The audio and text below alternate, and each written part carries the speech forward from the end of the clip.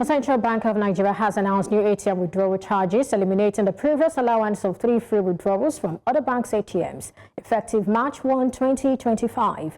Meanwhile, Nigeria's export sector has recorded significant growth in 2024, with total trade volume reaching 7.2 metric tons and export value rising by 20.7% to $5.45 billion. To discuss these, I am joined by Oladipo Ajayi, Head Fixed Income and Forex, Chapel Hill Denham. Thank you so much for joining me today. Morning, Perpetua. Thank you very much for having me on this morning. All right, so let's say let's look at all of these. Customs fresh 4% levy, NPS 15% hike in port charges, and now the CBN has eliminated the 3 free monthly withdrawals previously allowed for customers who are using other banks' ATMs. What exactly are all of these, or what are all these about? Well, I think what they're tending to actually achieve is more like efficiency of the market. And sincerely speaking, if you look at, let's start from the issue of the ATM charge actually returns. And what really happened is that if you look at the cost of maintaining ATM, I think the cost has actually increased aggressively since the last time this circular was actually released. At that particular point in time, the Apex Bank says that you can only charge 65 naira. That's on another bank after 3 withdrawal allowance. But currently, the central bank has actually backtracked on that and says that what the bank can do is that you can actually charge 100 naira on every withdrawal. That's if you are withdrawing outside your bank. And to me, I feel that what the central bank is trying to do is to ensure efficiency around rising operational costs. And exactly what is happening is exact thing that actually happened with the telcos as well. The cost of maintenance is actually rising, and there's more like a cap on how much you can actually increase that. So at the end of the day, you ended up finding out that you are running at a loss in that segment of the business. And that's one of the reasons why it got to a point in time where the bank ATMs are not even dispensing cash, and people would rather go and patronize a POS guy on the road. And at the end of the day, you get to pay higher cost because I know at a particular point in time, people pay as much as 300 naira for every 10,000 naira withdrawal.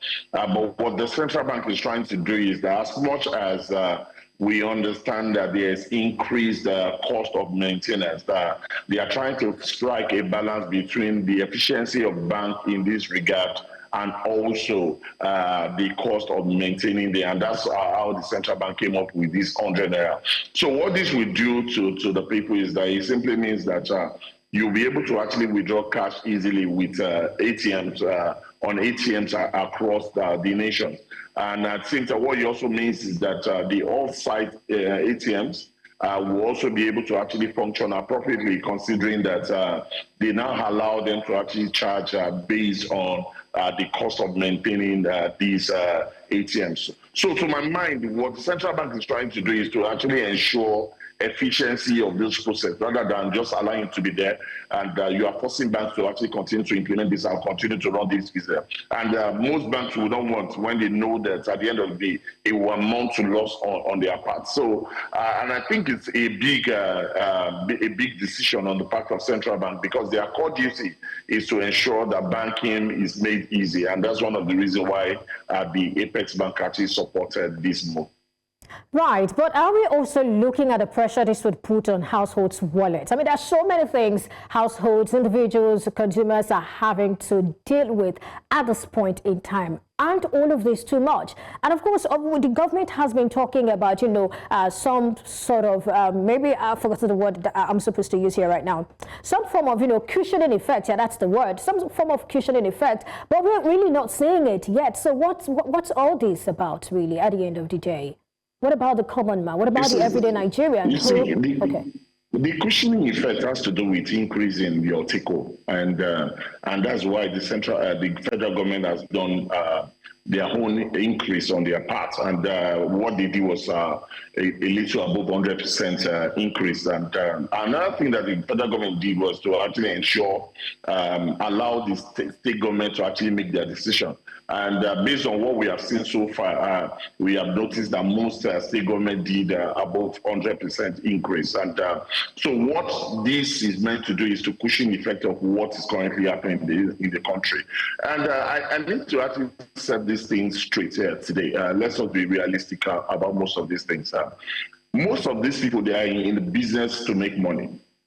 Banks, they are created. It's people that actually came together to invest in this thing, and the main motive is to make money. It's not for social activity. Telcos are also there to make money. And for a long time, the telcos have been battling with getting approval to increase the tariff. And don't forget that these people have been bearing costs, increased costs.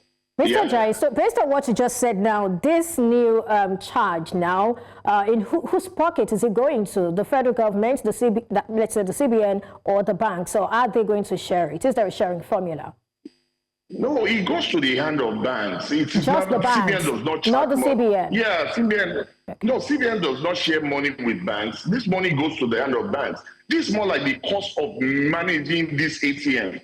You know, one thing about managing ATMs, you have to ensure that there is 24 hours electricity at the ATM stand. And you and I understand what it takes to actually put 24 hours electricity at an ATM stand. And these are one of the reasons why they had to actually increase the cost, the charge on this ATM. And what the central bank has just done is more like additional 35 naira increase. And to my mind, the increase is not even enough to cushion the gap. But and that's one of the reasons why I said that what the central bank has done is to ensure efficiency and also considering the cost of managing this ATM. Okay. And that's why I said that. Yeah.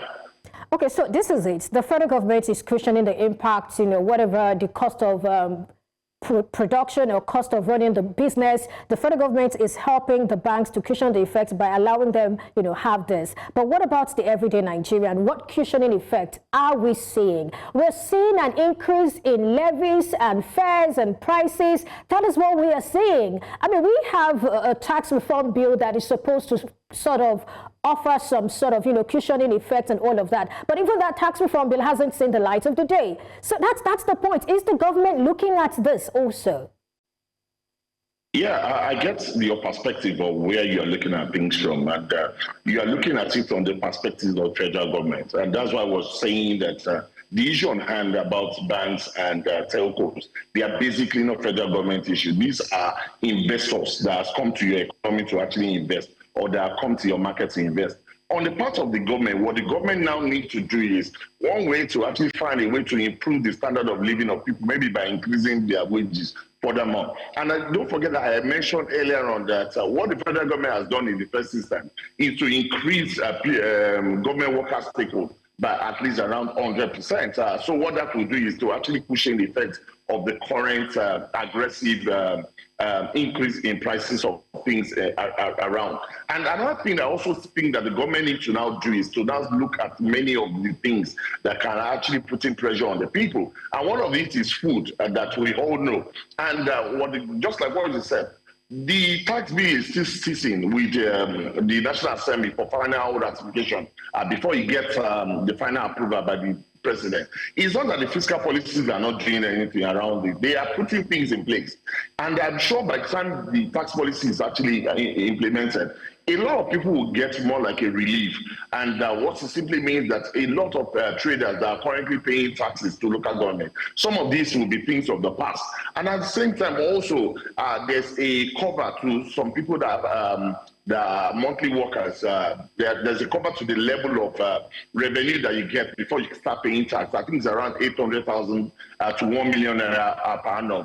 And so it means that if you earn anything lower than that, you are actually exempted from tax. And these are some of the cushion effects. And also, so food items are not vatable. It simply means that the VAT charge of some of these food items will actually be withdrawn or be removed totally. So what this will also mean is that we also reduce the cost that people pay to actually get to enjoy some of these things. So on the part of government is doing something, but I think also that they also need to do more. And they also need to be aggressive around these things. And like the issue of the bank, what I said around this is that the central bank is just trying to strike a balance between these two things, because there's a balance of cost and there's a balance of efficiency. It's either you continue to tell banks that, oh, continue to charge this 65 naira, and at the end of the day, they will not be efficient in terms of ensuring the usage of this ATM. Or you increase this thing marginally so that it can be more effective to people to use. And I'm sure one of the things that the central bank would have looked at is that if people can pay 300 naira to withdraw a 10,000 naira from a POS guy, it should not be very difficult for you to pay a 100 naira to withdraw 20,000 naira from ATM. And that's why I said that the central bank had to make a bold decision around this thing for efficiency on the part of people and the banks. Well, speaking of federal government and its interventions, what do we know about the implementation of the suspension of excise duty on food items? I mean, how has that been implemented? Has that even kicked off yet? Yeah, for now, we have not had a clear view on this thing yet. And I think this thing is somehow also tied to the tax stuff that is still sitting with National Assembly, because some of it, you will see a reflection of some of these things in that. I'm sure one of the things they are waiting for is to wait for the ratification of that, so that the implementation will be automatic.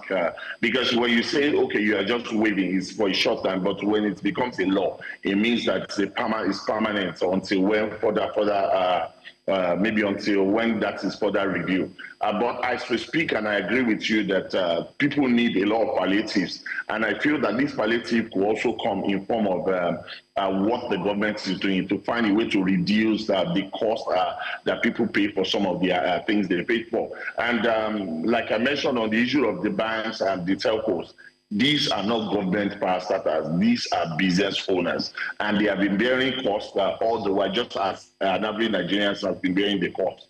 And it gets to a level that the cost they are bearing could not actually match the revenue they are generating. And that's one of the reasons why most of these people are forced to actually make the decision they are making. All right, moving away from that, let's take a look at Nigeria's 20.7% growth in export value for the year 2024. So what do you make of that? Well, I think it's a good one. It's one of the good news that we crave for on a daily basis. But what I think we also need to do is that we need to take this a notch higher. And 20.7% growth, it's great. But when you look at the value amounted to about $5.4 billion. And I feel that we can do better and we can do more. What we just need to do is to fine-tune some of those processes. And it's alarming that most people abroad would rather import some product from a neighboring African country than come directly to Nigeria. And one of the problems has been the bureaucracy at the port. And I think that the government needs to actually work fast on this thing to ensure that the seamless export of product out of the country, because the good part of it is that it will not only benefit the company in question, it will also benefit Nigeria as a nation. Because when your exports actually improve aggressively, what it means is that your FX generating capacity will also improve. And what that also will mean is that it will help the stabilization of currency. And when the currency is stable, it means that inflation will be stable. And when inflation is stable, the standard of living of people will improve. So the government needs to all work around this thing, because they are actually tied together. And when we fix one, it will have a better effect on the other. So I think the government needs to work around what's currently happening at the ports. And I'm sure when that is done, it will also help and increase exports out of the country greatly. Right. I understand you've tried to disaggregate the numbers, but I'll still put this to you. Would you say the increase in export value sort of corresponds with an increase in production capacity, or is it driven by global commodity price movements, even though you think the increase we're saying is marginal? I don't think it's about the commodity prices. It's about the volume. because when you look at the prices of oil, it's been stable. Even in the year 2024, we saw the price actually retrace a bit in the year 2024. So it's not about the prices of the commodity, it's about the volume of the commodity. Let me give you an instance. Sometime in 2023, there was a time we were producing just about 900,000 barrels of oil per day. But as of now, we are around 1.5 million barrels per day. So it tells you that we have increased production by close to about 75%. And this will also lead to the level of exports out of the country, will also help in actually increase the level of FX generating capacity of the government. So it's not about the price of the commodity, but it's just it's about the volume of exported product in the year 2024. All right, so let me put these two together. How significant is the role of agricultural exports in this expansion, and what challenges remain? I don't think agriculture is not so much great.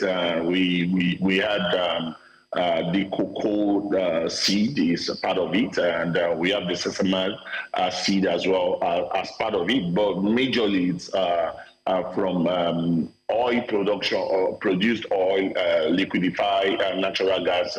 This has the highest chunk of the bucket of exported product in year 2024. And for me, I think that we are not tapping agriculture great enough.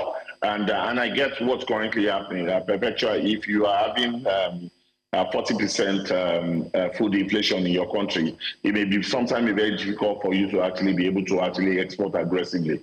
It simply means that you have not been able to even meet local demand, and you're not talking about exports. But how big there are other products that we can actually leverage on to actually increase and improve our production. So I think that we are not doing much in terms of agricultural product being exported to outside the country, and we need to do greatly about that. And don't also forget that I also mentioned that part of the problem is the bureaucracy at the port, because imagine you exporting yam to the United States, and it takes you maybe about a month before the product actually leave the country, and it's still going to be on the sea for another 6 weeks. By the time you get to the destination, what is the quality of the product you are delivering to your buyer? And these are some of the problems. So we have to get to a level where some of these agricultural products, because most of them, they are perishable products, we have to look at a way to ensure that they have quick process at which they can actually get quick exportation to the demanding country. So I think that if we can actually work around that, you will actually get a better return in that regard. All right, thank you so much, Oladipo Ajayi, Head Fixed Income and Forex, Chapel Hill Denham, for your thoughts on the show today.